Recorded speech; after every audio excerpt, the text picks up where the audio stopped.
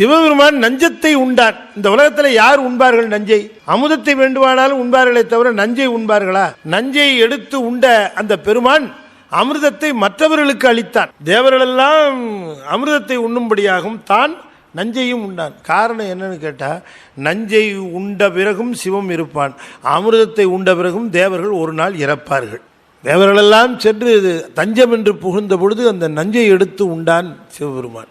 ஏன் இங்கே நிறுத்துறாரு? ஒன்றும் உள்ள தள்ளி இருக்கணும், இல்லை வெளியில் துப்பி இருக்கணும். அதனால கண்டம் கருத்து போச்சு அவருக்கு. இந்த கண்டம் கருத்து இருக்குது, அதே கண்டம் மட்டும் கருப்பா இருக்குது. கண்டம் கருத்ததுக்கு நஞ்சு நஞ்சுன்னு சொல்லியிருக்கு. அதை குடிச்சது முதல்ல வாய், அப்புறம் தான் கண்டத்தில் நிறுத்துது. குடிச்ச வாய் கருப்பா இல்லாம செவ்வளா வாயா இருக்குது, அதே கண்டம் மட்டும் கருப்பா இருக்குது. இந்த கண்டத்தில் நிறுத்துறது 5 கண்டத்தில் ஒருத்தரும் கிடையாது, சிவபெருமான் ஒருவன் தான் நிறுத்தி இருக்கிறான். இந்த இடத்துல மாகேஸ்வர மூர்த்தங்களுக்கு 6 முகம் உண்டு. வடக்கே வாமதேவம், தெற்கே அகோரம், மேற்கே சத்யோஜாதம், கிழக்கே தத்புருஷம், மேலாக ஈசானம், கீழ் நோக்கி ஒரு முகம் இருக்கு. அதுக்கு பேர் அதோ முகம்னு பேரு. விடத்தை அருந்தியது அதோ முகத்துல. அதனால அதோ முக கழுத்து மட்டும்தான் கருப்பா இருக்கும். மாகேஸ்வர மூர்த்தங்களுக்கு கண்டம் கருத்து இருக்காது. அது என்ன காரணம்னா, அதோ முகம் கீழ் நோக்கிய முகம். மேலே இருக்கிற 5 முகமும் சுத்தமாயா பவனத்தில் இருக்கிற உயிர்களுக்கு அருள் நலம் செய்வது. அப்ப கீழே இருக்கிறவர்களோடு எப்படி தொடர்பு கொள்ளுகிறாருன்னா அதோ முகத்துல தான். இந்த அதோ முகத்தை கீழே இருக்கிற உலகங்களுக்கு தொடர்பு கொள்ளுகிறார் என்று காட்டுவதற்கு கீழே இருக்கிறவர்களுக்கு தான் ஆணவ மனம் அதிகமாக இருக்கும்.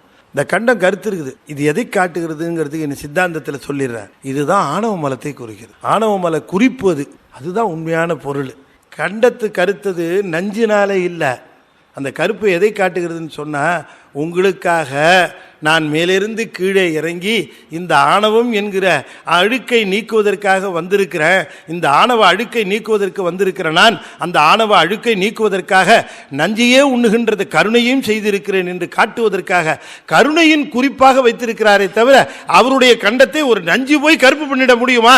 இவர் தான் அந்த கருணையை காட்டுவதற்காக அடையாளம் வச்சிருக்கிறார், அவ்வளவுதான். அப்ப கழுத்திலே இருந்ததுன்னா ஆபத்து தருகிற பொருள் கண்ணுக்கு எத்தாற் போலே இருந்தால் அது வேற எங்கேயும் நம்ம ஆபத்து விளைவிக்க இல்லை என்று நிம்மதியா இருக்கலாம். அதுபோல இந்த கொடிய விடத்தை எடுத்து வேற எங்கேயாவது வச்சிருந்தா தேவர்கள் அஞ்சி, ஐயோ ஒரு நாள் அது கிளம்பி எங்கேயாவது வந்து எங்களை ஆபத்தில் சிக்க வைத்து விட்டால் என்ன பண்ணுவோம் என்று அஞ்சுவார்கள் என்று கருதி நீங்க எப்ப எல்லாம் பாக்குறீங்களோ அப்ப எல்லாம் இது இங்கே இருக்கு, அதனால இது பயம் இல்லாம என்கிட்ட தான் இருக்குன்னு அச்சம் இல்லாமல் நீங்கள் இருங்கள் என்று காட்டுவதற்காக தன்னுடைய கண்டத்திலேயே நஞ்சை வைத்தான் சிவபெருமான்.